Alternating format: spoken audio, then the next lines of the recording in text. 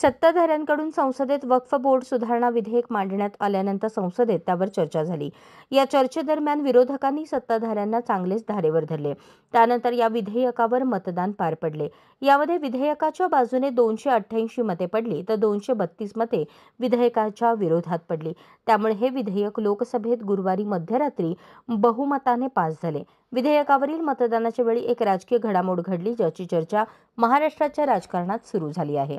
उद्धव ठाकरे यांच्या शिवसेनेने अखेरच्या क्षणी पत्ते ओपन करत इंडिया आघाडीला साथ देत विधेयकाच्या विरोधात मतदान केले।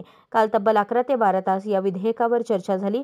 त्यामध्ये विरोधकांनी सत्ताधारी पक्षाला या मुद्द्यावर धारेवर धरले तर सत्ताधारी पक्षाने देखील या विधेयकाच्या बाजूने जोरदार बॅटिंग केली। विधेयकावरील चर्चेत ठाकरे गटाचे खासदार अरविंद सावंत यांनी भाग घेतला। त्यांनी सरकारच्या हेतूंवर संशय व्यक्त केला।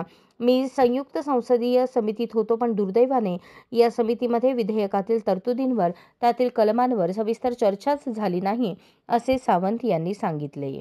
अशाच नवनवीन अपडेटसाठी जनता राज्य न्यूज चॅनलला सबस्क्राईब करा, लाईक करा आणि शेअर करायला विसरू नका।